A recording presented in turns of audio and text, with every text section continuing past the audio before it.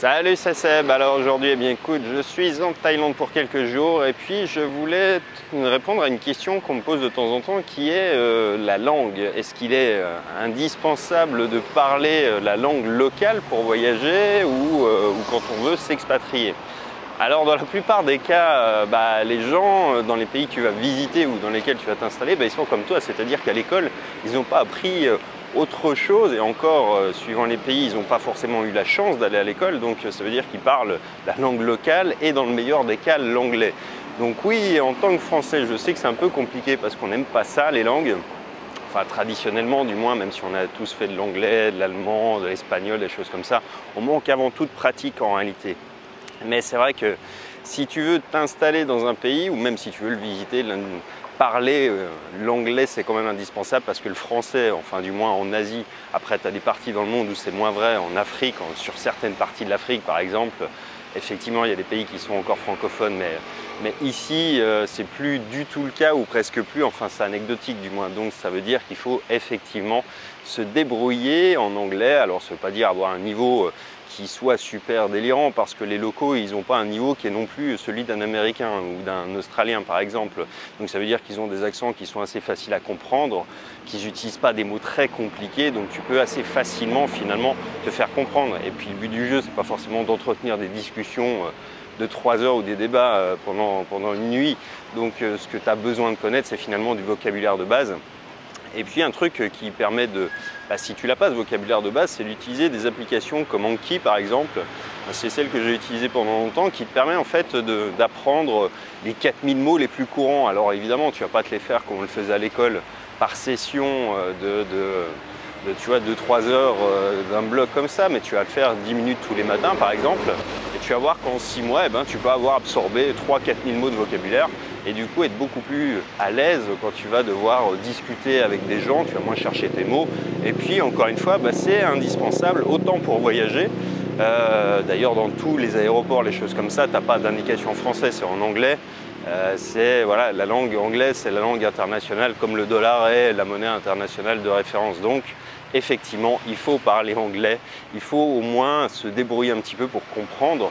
C'est pas compliqué aujourd'hui d'acquérir ces bases et même si tu as abandonné à l'école il y a très longtemps, c'est loin d'être rebutant et c'est pas aussi compliqué qu'il n'y paraît. Encore une fois, 10 petites minutes tous les matins, tu peux faire des miracles avec ça. Alors ça, c'était la vision un peu pour les grandes villes. Maintenant, c'est vrai quand tu t'éloignes un peu des grandes villes, je ne sais pas si tu vas en Malaisie, à Kuala Lumpur, évidemment tout le monde parle anglais.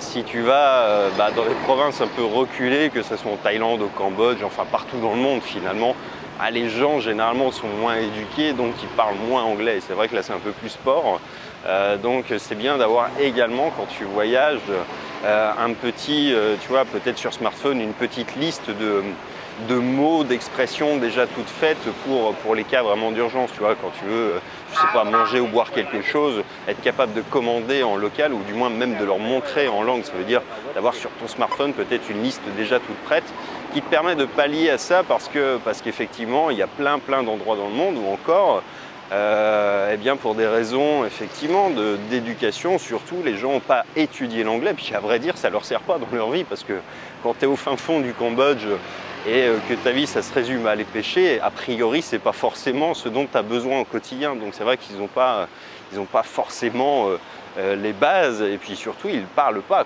tout court et puis surtout ils ne fréquentent pas d'étrangers à plein d'endroits encore dans le monde et ce qui fait qu'ils n'en ont pas besoin tout court. Et enfin la dernière version, c'est si tu veux t'expatrier. T'expatrier ça veut dire rester longtemps et pour comprendre la culture, ça peut être bien d'apprendre un petit peu la langue.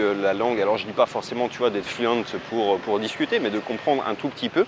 Ou du moins d'avoir les bases. Moi j'ai appris le thaï, j'ai appris le khmer un peu, voilà, je comprends quelques bricoles, je peux dire quelques bricoles également, j'en ai perdu beaucoup du thaï parce que je l'utilise plus assez, mais il y a des méthodes en fait qui sont assez intéressantes qu'on avait utilisées quand on est arrivé au Cambodge, qui étaient des cours en fait où on te fait un peu de l'apprentissage qui est naturel, c'est-à-dire comme les enfants apprennent la langue, c'est-à-dire que tu vas rien dire du tout, tu vas suivre juste, tu vas pas prendre de notes, tu vas regarder des situations et les profs vont te mimer une situation en la parlant.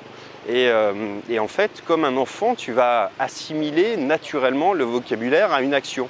Et donc, en fait, c'est une manière qui était assez intéressante que je n'ai pas retrouvée ailleurs, d'ailleurs, d'apprendre une langue parce que ça se fait naturellement. Puis surtout, c'est pas contraignant, tu vois. Tu vas pas dire, bon, il va falloir que j'ai du taf à la maison, que je révise, que machin, que je truc. Non, là, c'est vraiment l'inverse de tout ce que on a pu t'apprendre à l'école et la manière avec laquelle on te l'a appris, c'est-à-dire il n'y a pas de trucs qui sont formels, donc c'est vraiment un apprentissage graduel, progressif, à la manière d'acquisition des connaissances des enfants. C'est-à-dire un môme, quand il est tout petit, bah, il regarde papa, maman, et puis au bout d'un moment, il comprend que papa, ça veut dire telle personne, et maman, ça veut dire l'autre, quoi. Et là, c'est exactement la même chose, donc c'était vraiment quelque chose d'intéressant. Cette école est malheureusement fermée, et c'est dommage parce que c'était un concept qui était vraiment très très sympa. Bref, encore une fois, pour apprendre la langue, eh bien, au niveau local, tu as toujours des écoles dans tous les pays. Tu vas pouvoir y aller quelques heures par semaine, ça peut être 4-5 heures par semaine mini. Tu as souvent des visas qui sont accordés en plus quand c'est nécessaire, des visas d'apprentissage de la langue. Et du coup, ça te permet de faire un peu coup double. Mais c'est quelque chose qui n'est pas très cher non plus, enfin du moins ça dépend des pays, évidemment aux États-Unis ça va être beaucoup plus cher, mais ici c'est très accessible. Et puis je sais plus, je vais donner un ordre de prix de ce que je payais à l'époque, mais je payais l'équivalent de 500 € pour une année de cours et ça incluait le visa, avec 4 heures de cours par semaine.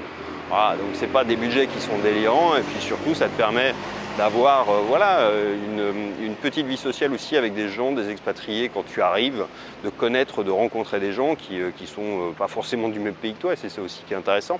Et puis de commencer à t'immerger un petit peu dans la culture, parce que dans les écoles, il y a aussi ça qui est intéressant, c'est qu'on fait des sorties un petit peu où tu vas, je sais pas, au marché aux fruits ou au truc, etc. On te met un peu en situation, puis on te fait visiter un petit peu certains aspects de la culture, on va te montrer les temples, on va t'expliquer pourquoi, on va t'emmener dans des cérémonies, histoire que tu t'imprègnes un peu de tout ça, et que ça ne soit pas juste, tu vois, d'être posé d'une manière très formelle dans une salle de cours pendant 4 heures et d'essayer d'absorber quelque chose.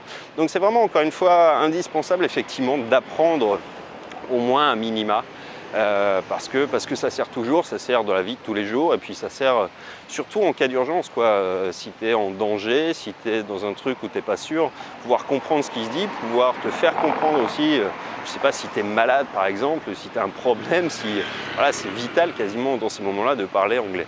Alors effectivement, il faut faire un petit peu fi de ce qu'on pensait, et que le français, c'est pas une langue qui est aussi utilisée que ça partout dans le monde. Je dis pas qu'elle l'est pas, il y a beaucoup de francophones, mais il y en a pas partout dans le monde, et quand on voyage, c'est indispensable l'anglais, malgré tout. Bref, voilà pour cette vidéo, je te dis à très bientôt dans la prochaine. Ciao!